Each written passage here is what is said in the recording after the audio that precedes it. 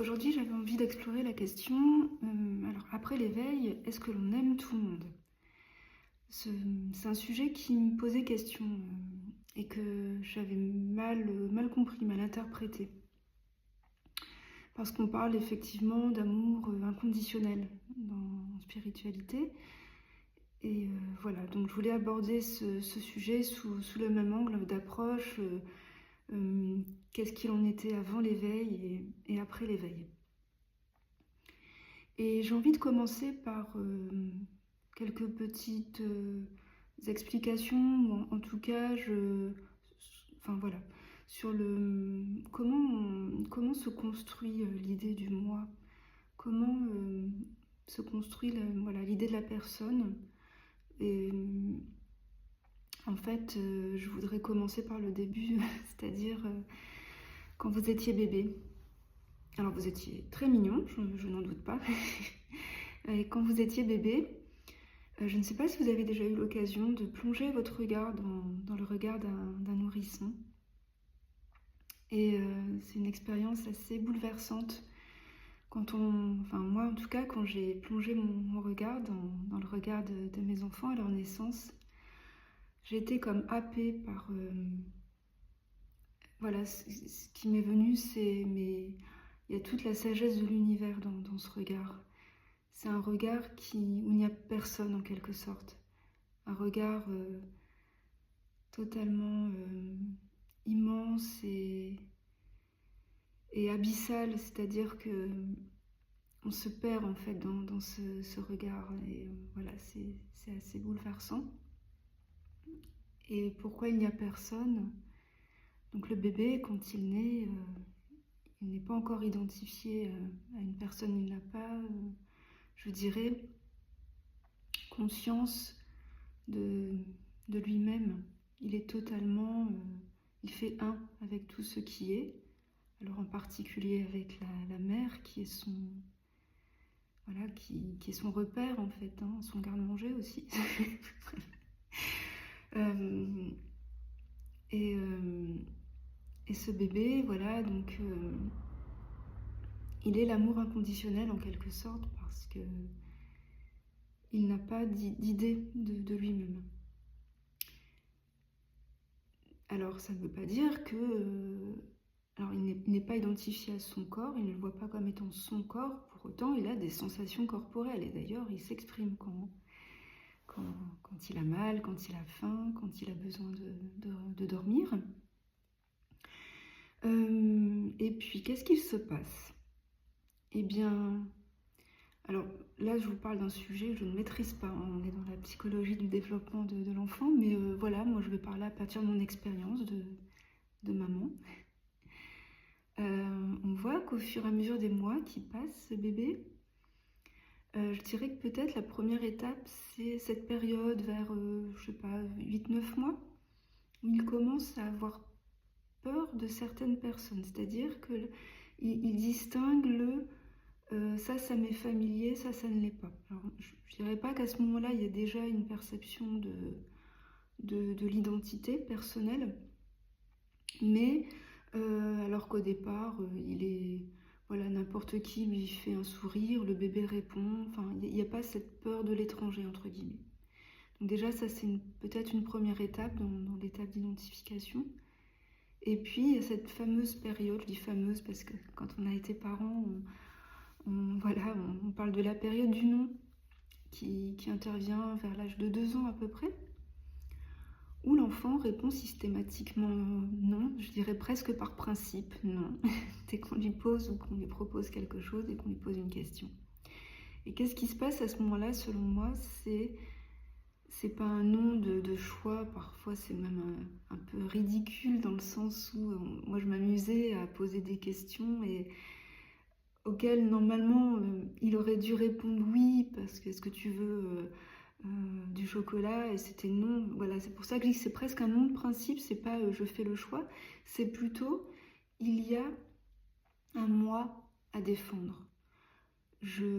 Voilà, l'enfant commence à s'identifier à une entité séparée, et en particulier une entité séparée de la mère, Et il va poser un nom qui est « je défends le fait d'être séparé, d'être un moi ».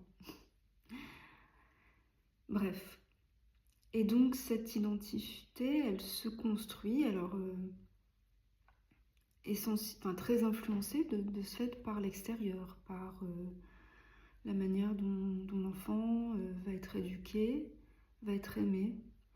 Et donc cet enfant, qui est l'amour inconditionnel, c'est-à-dire que un bébé, un petit enfant qui est maltraité, qui fait l'objet de maltraitance, alors ça peut être aussi assimilé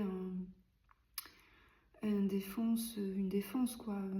J'ai pas d'autre choix que d'aimer mes parents parce qu'ils... Bon. Mais je pense qu'en fait l'enfant, oui, il aime ses parents, malgré tout ce qui se passe.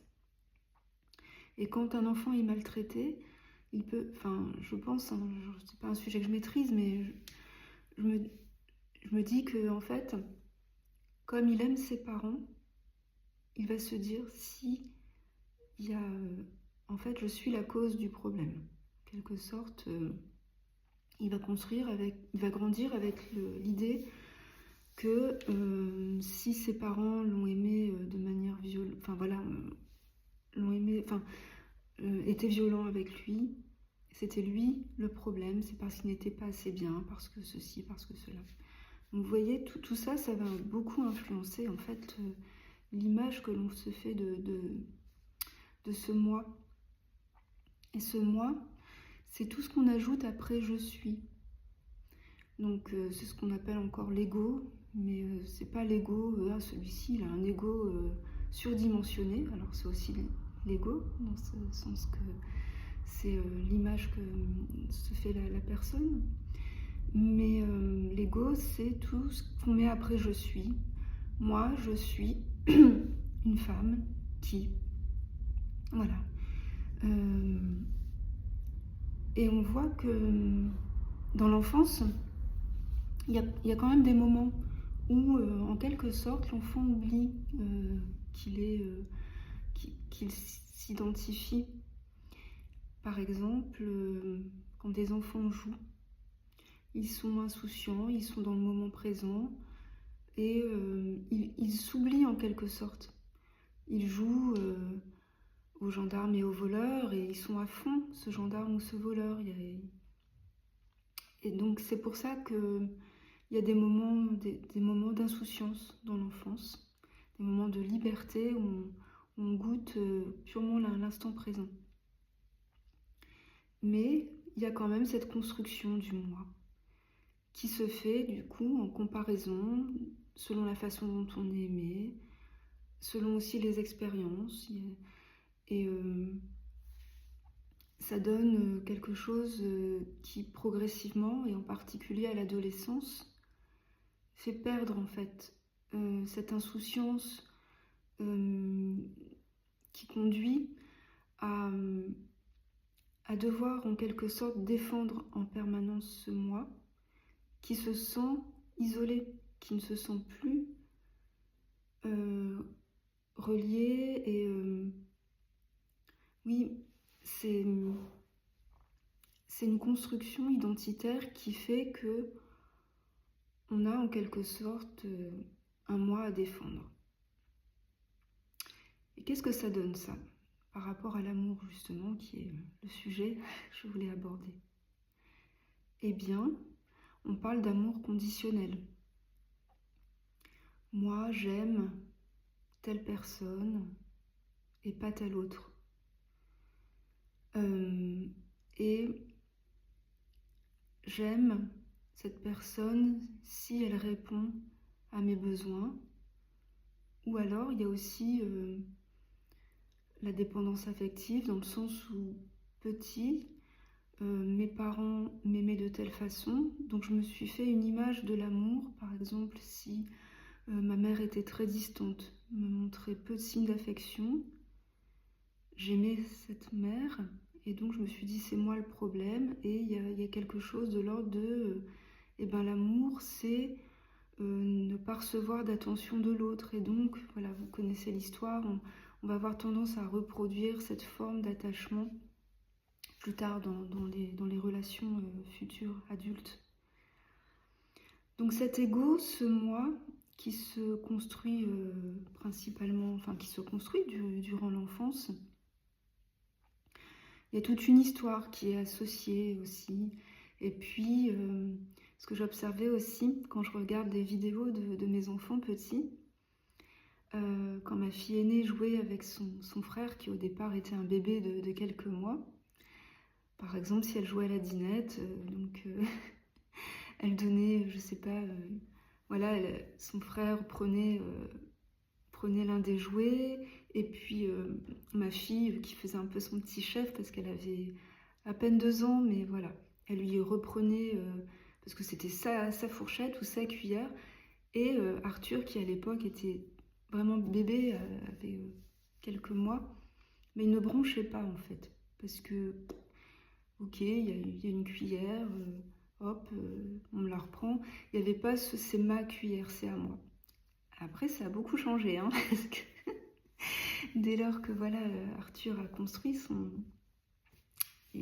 identité, je veux dire, son moi, c'est ma cuillère, et ben voilà, ça donnait lieu à des disputes. Donc oui, c'est ça, il y a aussi tout ce qu'on possède qui font partie de moi, c'est ma voiture, c'est mon mari, mes enfants. Il y a aussi l'identité autour de... Ouais, je me suis dit, quand je me suis coupé le doigt, bon, ça aurait pu être plus grave, hein, peut-être qu'il aurait fallu m'amputer. Et mais imaginez que j'ai été pianiste. Il y a des personnes chez qui l'identité elle est fortement associée à leur métier ou leur art. Et voilà, ça peut donner des choses comme il y a un accident qui fait que cette personne ne peut plus exercer ce métier. Et il peut y avoir du coup un sentiment de je ne suis plus rien. Parce que à ce je suis était associé je suis un pianiste ou je suis un artiste de cirque. Enfin voilà, vous voyez l'idée. Donc l'amour, quand la conscience s'identifie comme ça, quand on vit en tant que je suis quelque chose, je suis quelqu'un qui je suis, quand il y a croyance en la personne identifiée, enfin oui, la personne séparée, eh bien en fait c'est un amour à partir on dit un amour égoïque, c'est-à-dire c'est moi et le reste du monde. Moi qui a besoin de me sentir exister aux yeux de l'autre. Moi qui aime ceci mais qui n'aime pas cela. Donc moi je n'aime pas les gens parce que ça vient contredire l'image que je me fais d'eux.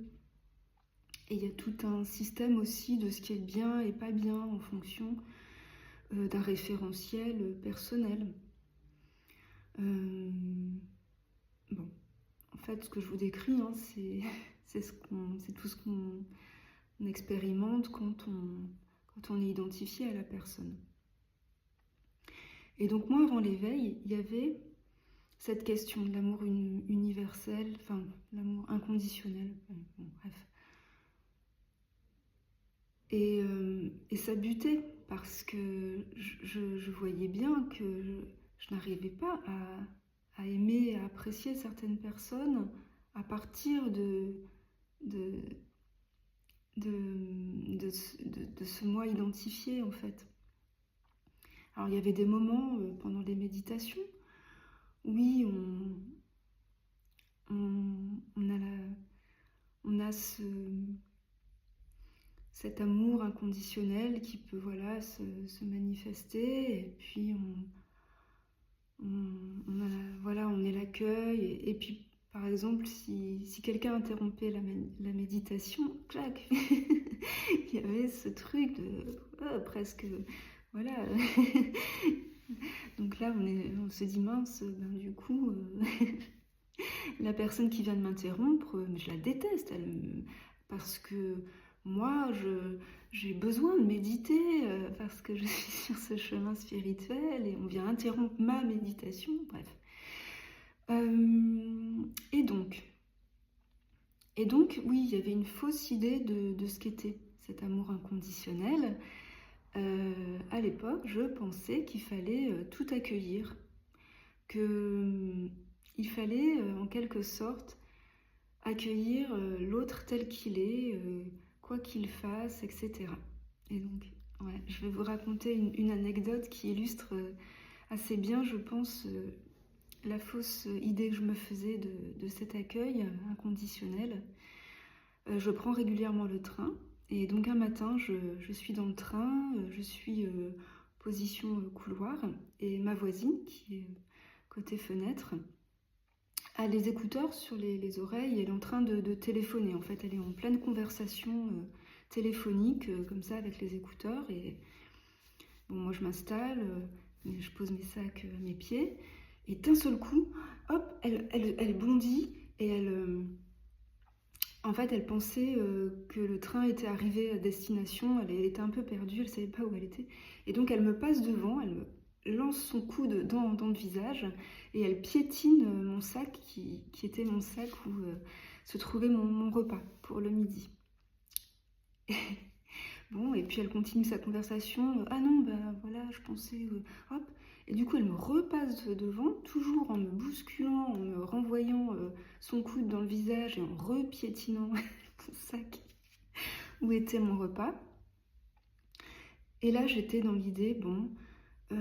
alors en même temps, j'avais envie presque de l'insulter, mais qu'elle... voilà, elle voulait derrière...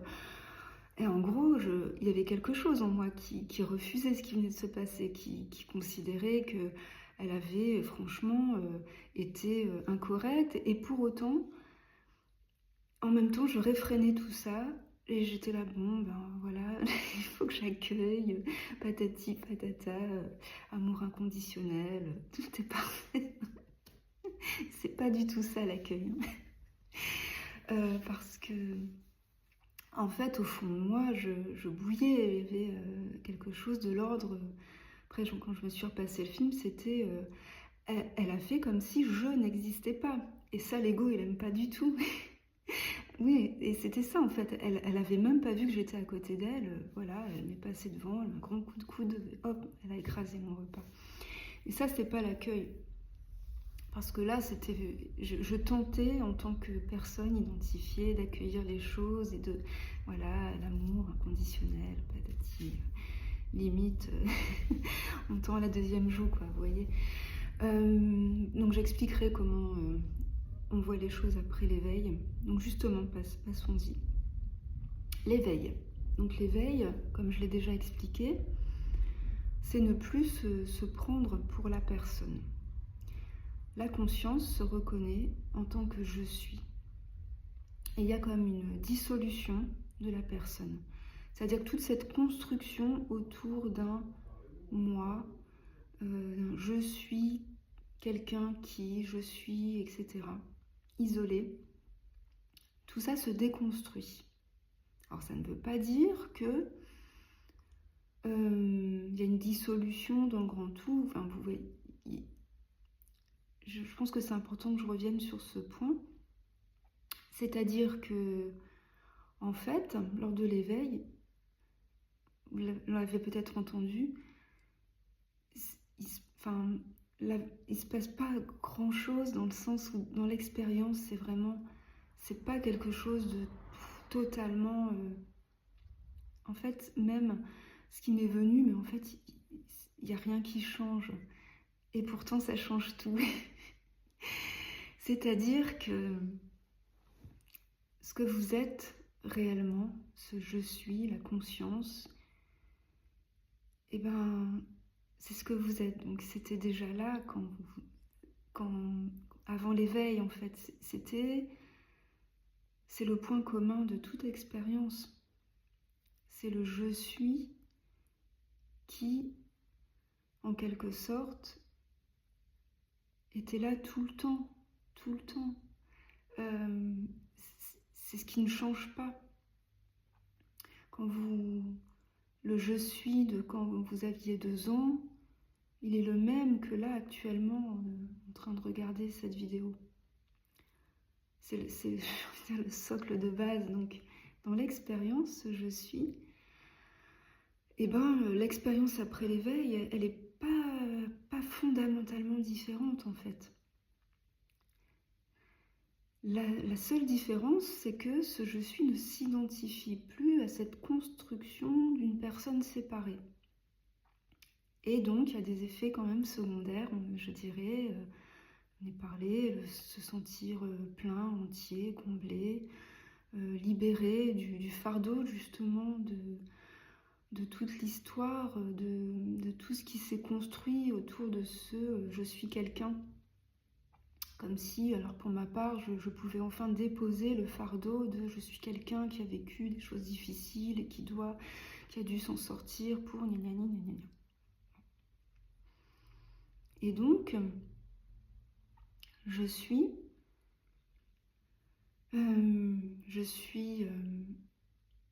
oui, voilà, la question sur l'amour. Est-ce que pour autant on se met à aimer tout le monde? Alors, oui et non, dans le sens où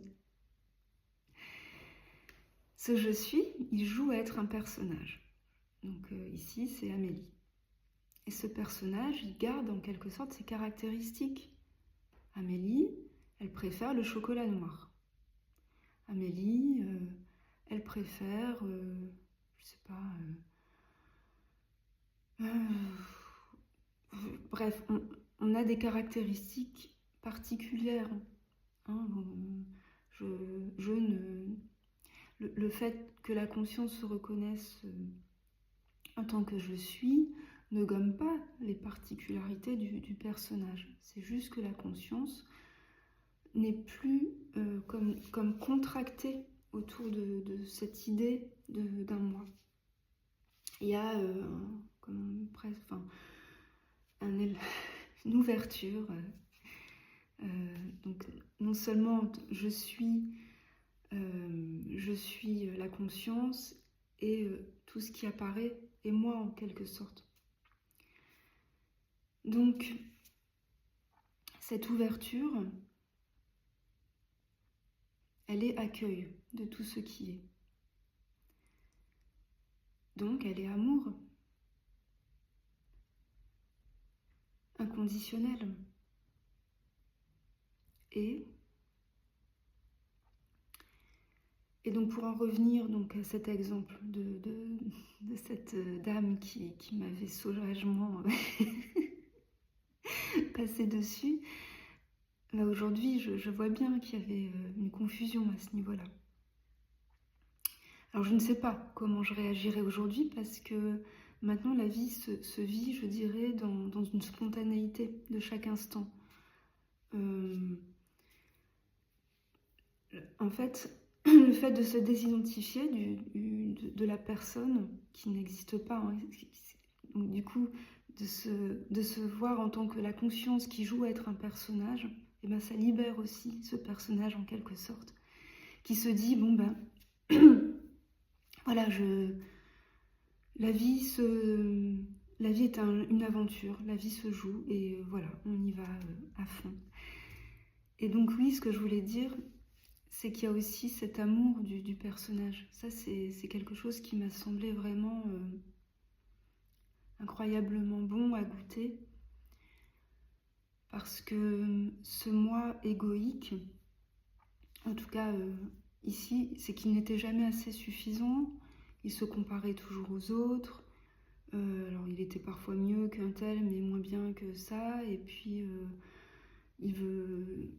En fait, quand j'entendais « vous êtes parfait tel que vous êtes », ça coinçait. Je me disais « mais ouais, enfin non, en fait, je suis pas parfaite. » Et cette désidentification du moi, justement, elle permet de goûter « je suis parfaite telle que je suis ». Je suis la conscience qui se goûte en tant que Amélie. Et donc tout est parfait. Et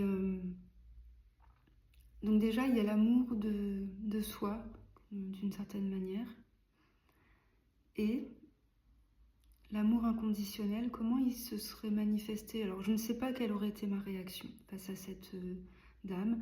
Alors, peut-être qu'il y aurait eu, en tout cas, il n'y aurait pas eu, elle a fait comme si je n'existais pas. Il y aurait peut-être eu justement un peu d'humour dans le sens, tiens, elle a fait comme si il n'y avait personne. C'est rigolo parce que du coup, oui, alors la conscience s'amuse à créer des situations.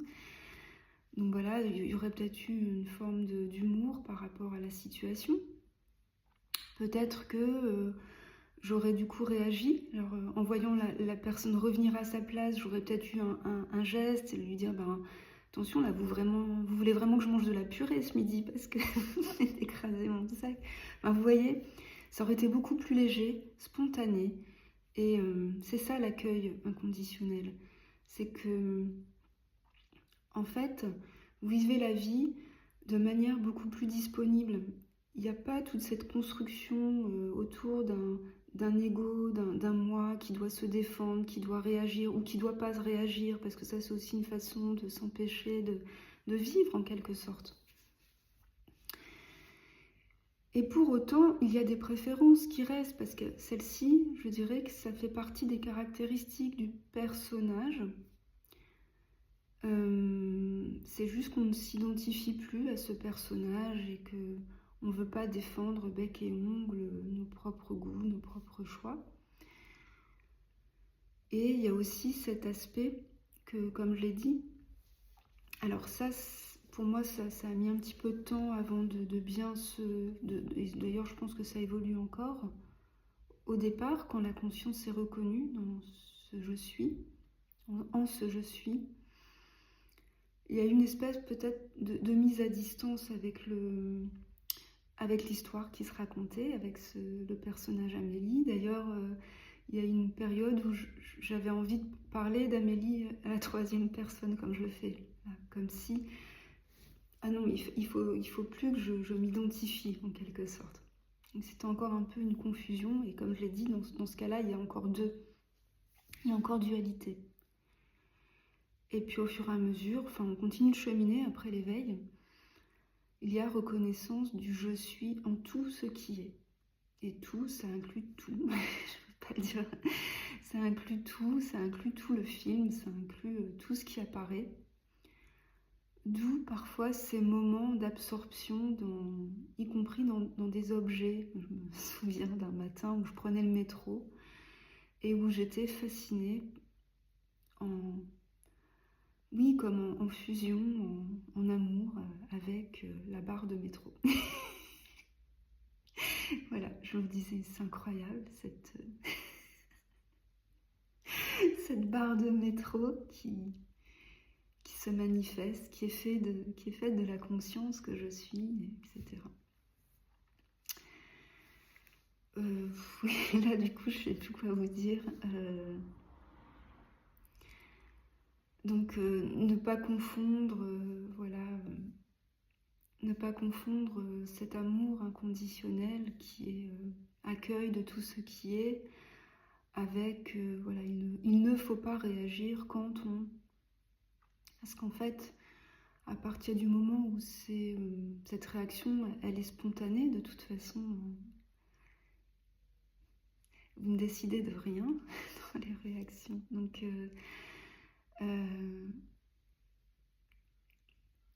elle se fait spontanément. Et dès lors que ça frotte, dès lors que ça grince, dès lors que... Eh ben, c'est qu'il y a une contraction autour d'un moi à défendre, d'une certaine manière. Voilà, je pense que je vous ai dit à peu près tout ce que je voulais vous dire sur le sujet.